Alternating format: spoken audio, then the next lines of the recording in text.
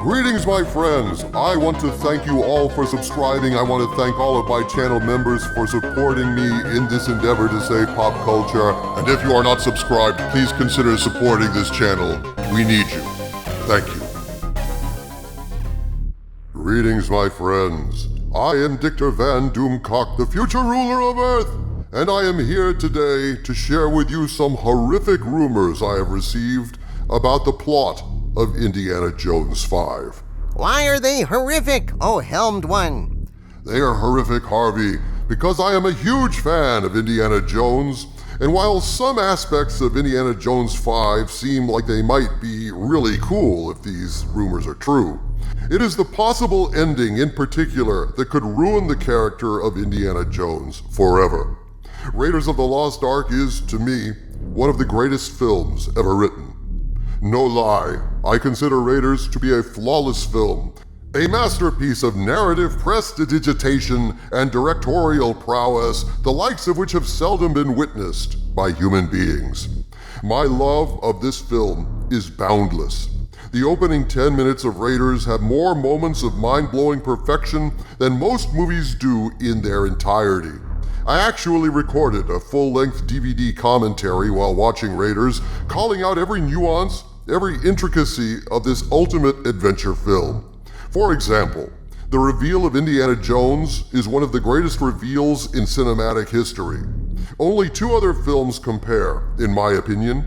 In Casablanca, perhaps the greatest film ever made, we hear a lot about Rick Blaine before we see him. Rick Blaine is the owner of Rick's Cafe Americain in Casablanca, but we don't see his face until he signs a check, taps the chess piece as he surveys his board, picks up his cigarette, and the camera tilts up to his face. Hard-bitten, cynical. That one shot tells us all we need to know about Rick. The same thing with the introduction of James Bond in Dr. No.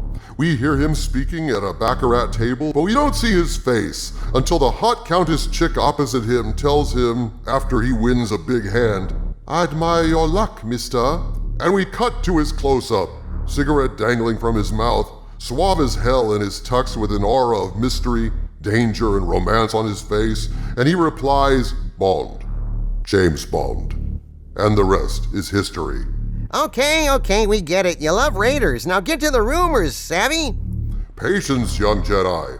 Allow me and my fellow lovers of Indiana Jones to dwell for just a moment on the greatness of Indiana Jones' past before we move into the horrors that are allegedly being shot right now.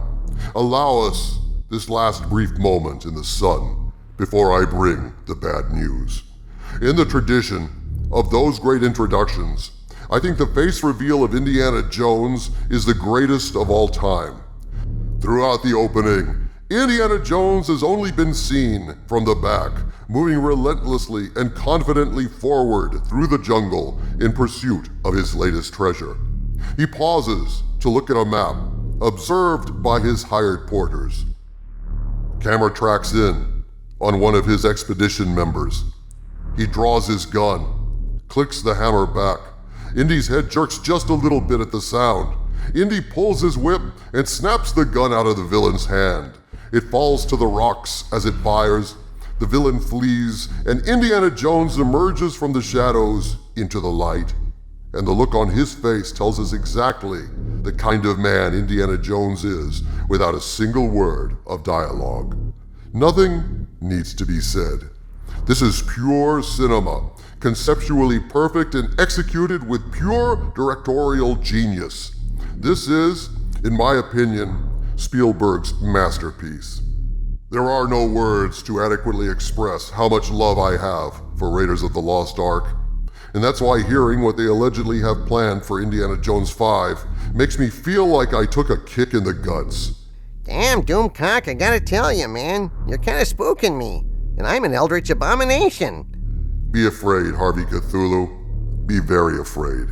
If these rumors are true, then what they're about to do to Indiana Jones is sacrilege.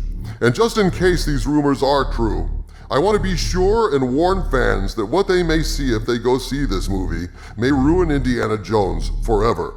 Let me explain. Spielberg worked his peerless magic on two more great Indiana Jones sequels, Temple of Doom and The Last Crusade. And while neither of those films was able to equal the sheer perfection of the original Raiders, they are both interesting movies in their own right, worthy adventures for perhaps the greatest cinematic adventurer of all time. Yeah, Spielberg made a fourth one, Indiana Jones and the Kingdom of the Crystal Skull, but I refuse to see that one, so I won't be commenting on it. Back before I had my YouTube channel, I used to have discerning tastes. I used to care about quality. And when I saw a horrible dud coming to theaters, I would regularly give it a wide berth and resolve to never see it. I've never seen Crystal Skull with mutt and monkey attacks and nuked fridges. I've never seen Batman and Robin with the bat nipples and bat skates and their bat boots that could be deployed by them clicking their heels together like fucking Dorothy coming back from Oz. I wouldn't see those cinematic atrocities because once you see shit like that, they can lodge in your consciousness. There are some things so bad, like The Last Jedi, that you can never unsee once you've seen them. Seeing Luke degraded, seeing Indy degraded, seeing what happened to Deckard in Blade Runner 2049. These images, these scenes, can pollute your mental dojo and permanently alter your perception of classic films, and that is too great a price to pay. Yeah, just like Star Wreck Pucard. Seeing Patrick Stewart as a craven, groveling piece of garbage apologizing to everyone under the sun for his white privilege, apologizing to the Romulans for not saving them when really they should have been embarrassed as hell at calling themselves an empire and yet not bothering to save themselves, all that really ruined the character for me. Now every time I look at Jean-Luc Picard in The Next Generation, all I can see is a pathetic, sniveling apology monkey who sold out his classic character for a fat paycheck. There's no respect there, Doomcock. Not for Star Trek, not for Picard, not for the fans whose hearts were broken, and not for himself. And without respect, we reject. Damn right, Harvey. But unfortunately, if these rumors are true, then that's where we are with Indiana Jones. Now that we are all reminded of what's at stake here with this final sequel, it's time to share with you all that I've been told. But first, a warning.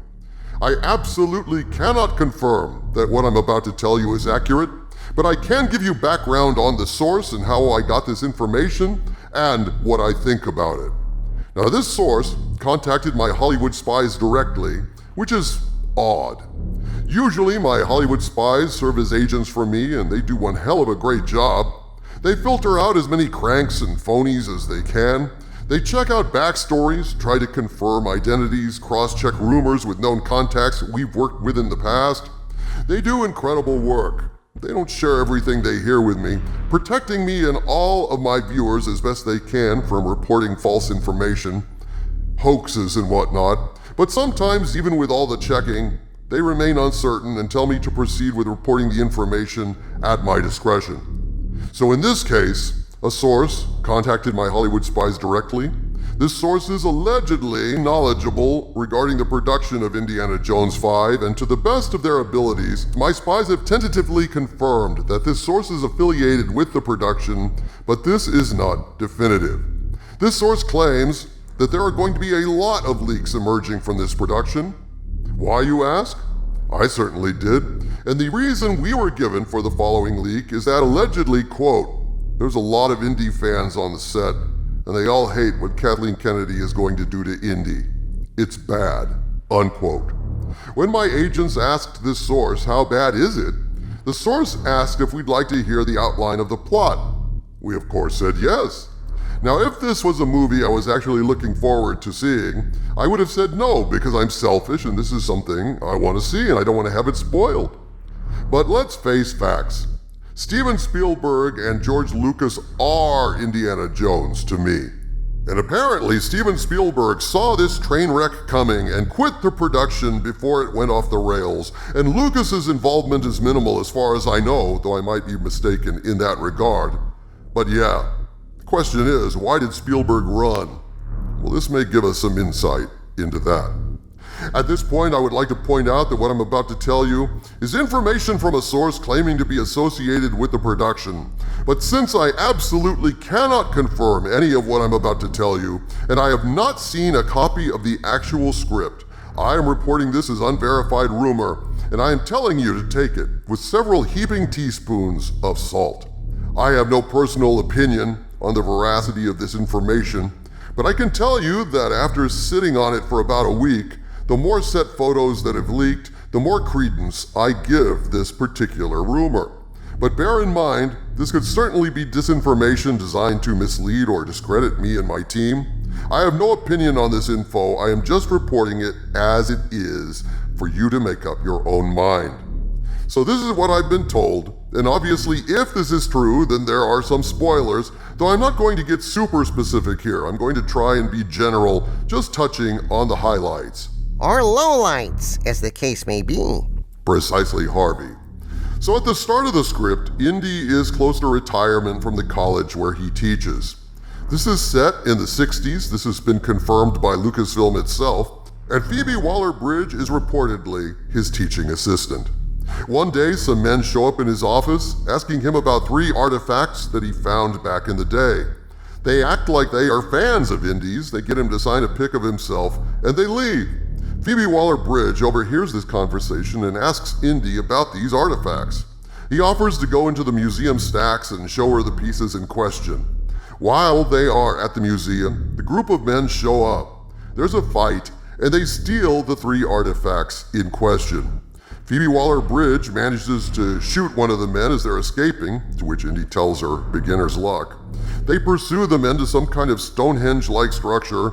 Turns out these guys are Yahtzees, and inside of the stones they perform a ritual, open up a portal, and vanish inside it. Indy pursues them through the portal, and after some hesitation, Phoebe Waller-Bridge jumps through the portal herself. They wind up back in time during World War II. It turns out the Yahtzees need those artifacts to pull off some kind of Lost Ark-style shenanigans. This explains the official press release that the movie is set in the 60s, and yet photos of World War II-style tanks and troops have leaked from the production, which could be evidence that this leak is correct, or at least partially correct. It was thought to be flashbacks in the reporting, but actually, if this rumor is correct, most of the film takes place back in the day. I don't have much more in terms of the middle plot, but according to this source, they will be using deepfake technology to have the young version of Indiana Jones pop up in this movie. So we'll have old Indiana Jones fighting alongside young period Indiana Jones if this rumor is correct. And I'm told there are 2 endings that are currently being considered, which is where things get awful. Shit, man. I was gonna say, this sounds pretty cool up till now. I hate that they have Phoebe Waller-Bridge in there to add woke shit to the proceedings, but yeah, man. From what you've said so far, I'd really want to see this movie. Yeah, I have to agree. In particular, the idea of old Indy meeting new Indy sounds pretty damn cool. The more I think about it, the more I'd like to see that. But the piss in the cornflakes that might keep me away from this one comes allegedly at the end. 2 endings are supposedly being considered in this script. I guess they've been written and they're going to shoot both of them. Both endings allegedly have old Indiana Jones dying at the end of this movie. But in one of the rumored endings, young Indiana Jones dies alongside old Indiana Jones, and Phoebe Waller-Bridge swoops in like a vulture, picks the hat up, and takes his place moving forward. Holy shit! So what, you're saying she becomes Indiana Jones? So they'll switch her from a bullwhip to a bullshit whip? Yeah, with her wearing a dud fora. These endings are what allegedly got the source so worked up.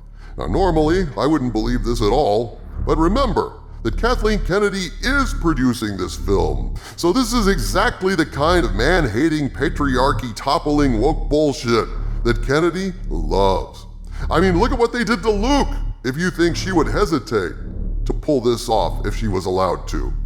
Now in the other ending that is allegedly being considered, old Indy dies, young Indy lives, and he teams up with Phoebe Waller-Bridge to get her back to her time.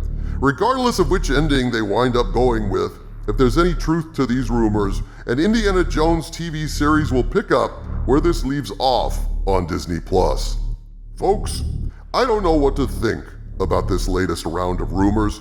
I guess we'll have to wait and see, but I can tell you that my Hollywood spies are digging harder to try and find out more, to confirm or deny these rumors, but ultimately I fear only time will tell for certain. Again, I must stress, these are rumors presented for entertainment purposes only. All I can attest to and all I am reporting is that these rumors came my way, and I am attesting to the contents of these rumors. And to be perfectly honest, this time I'm praying that these rumors are complete fabrications, disinformation thrown out into the fandom to throw people off. Because I really love Indiana Jones, and I'm not interested in seeing him die and seeing some woman pick up his hat and bullwhip and move forward without him. It occurs to me that there may be a new Hollywood strategy of releasing really bad rumors to make the horrible truth seem less bad in retrospect.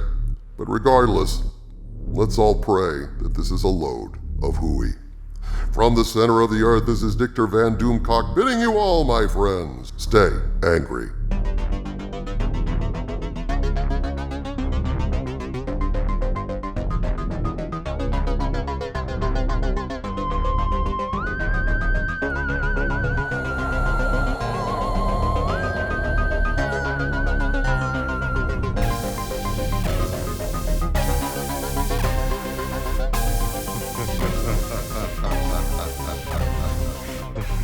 Ha ha ha ha ha ha ha ha ha ha.